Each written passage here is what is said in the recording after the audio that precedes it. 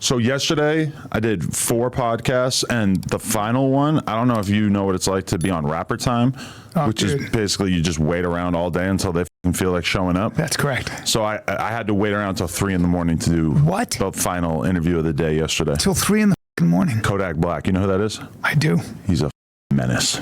I know his lawyer. Really? Very well. Yeah. Why? You're suing him? No, I'm just friends with his lawyer. His friend used to come to my stand-up. Still does when I'm in Miami. Great guy. Really? Yeah, Brad Cohen. Love him. Wow. And sounds like a lawyer. He's one of those dudes who he was on The Apprentice with Trump. Wow. And he's just he's a lawyer, but he used to wrestle in high school. He's just a great dude, though. And he's one of those guys who will like. He'll call somebody and be like, look, I like you. I don't want to get into this lawsuit thing. I could make money. He's not about money. He's about doing the right thing. Okay. And he was always in Kodak Black's corner. I think he was in Masvidal's corner. He was Masvidal's, Jorge Masvidal, the guy. He was in his, lawyer. So he's got a lot of high-profile clients. I like that. Yeah. I like that you're tapped in with the lawyers. Yeah, dude. Go straight to the source. Not enough.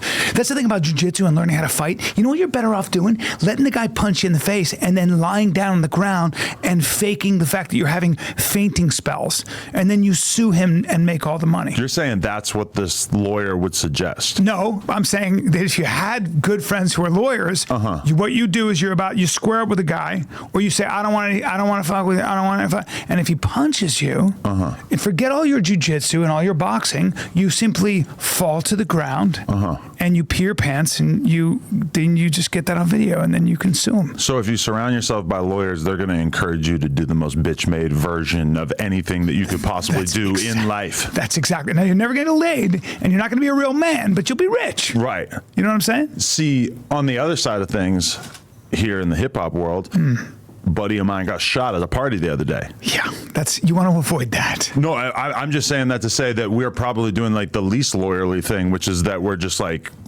there's a code of the streets. And one of our friends suggested you should call the cops. Everybody else in the group chat, no. Damn, really? Not happening. Yeah, that's gangster. See, now so great story. So I'm not allowed to call the cops, even if I wanted to. I don't want to. But first time I'm in LA, I go to a party. It's my first year. I'm doing Mad TV. Okay. I'm 28 or whatever. And I'm a kid from I'd gone to boarding school, went to college in DC, and I did a little taekwondo, and I was a little wrestler in high school. And I was with my buddy who happened to have been black. He was a writer on the show. And this car full of black dudes, kind of, they were in a Mercedes, but they were tougher dudes, a little older. And the guy said to my friend something. He said like, your girl's fine. But he was being a little disrespectful. Right. And my buddy, who was from Crenshaw, he was like, thank you, man, I appreciate it. You're a lucky man. I like that car. And they're doing this language that I don't speak. Right. And this idiot, I'm looking at them like this. You called them like the N-word. In New York and stuff. You didn't? No. Okay. No. Hey, I thought that's where you were going. Don't add racism to my fucking story, bro. Why are you adding racism to my story? I thought that's where it was going. No, bro, come on. Get your mind out of the KKK gutter. I'm just thinking. I'm trying to think like you. Yeah. Okay. Good. Okay. And so I said, listen. No. I go. I'm looking at him like this, and my thing is, I'm not afraid of these guys. Right. Because I'm like, all right, so you're a dude in a car, but I can kind of fight. And I'm not hearing a peep out of you, and I don't like the way you're talking to my friend. So I'm doing this. I'm looking at him going, like, just letting them know that I don't. So they kind of roll off, and I go, don't be afraid of those guys. I'd fight those guys. And my buddy who's from LA looked at me and said, those guys aren't going to fight you with your fisticuffs, dude.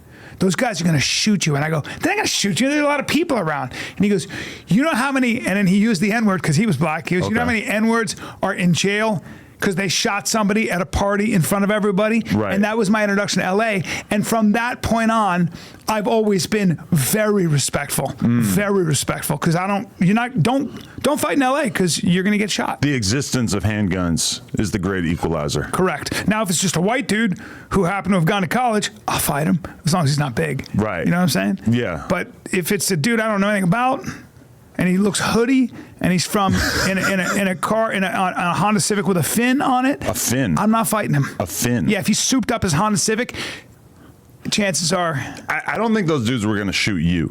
probably not. I feel like you need to be like speaking their language. You would have needed to do something a little bit more aggressive for them to take it that far. But plus, it was 4 black guys. I doubt they were afraid of me, even if they didn't have guns. I doubt they were looking at the 170-pound medium white guy, Right. And like, we can't fight this guy. I mean, Yeah, maybe we'll kill him. Yeah, I would. That guy right there. Yeah. Maybe we'll just fuck him. Yeah. You know? Oh. I don't know. Shoot you and molest you on the street. Yeah, I mean, if it was jail or something, that's kind I of. feel like that's probably mostly looked down upon in the streets. I would agree with you. Right. Like if you get beat up and then that would be. Yeah. Like we beat his ass and then we like what? Right. But we were frowning the whole time. Let me blow your mind. I know one rapper, and the story about him is that allegedly there was like a gang conflict, and that at one point he and his friends kidnapped one of their rivals and forced him to do homosexual acts to his friend on camera. Damn. And then rapped about it, sent that footage around. People in their area know about it. That's gangster. And when you interview him, you're like, he's made it clear, like, don't ask me about that. So you don't really get to figure out more about it, but that's apparently something that he was involved with. Wow.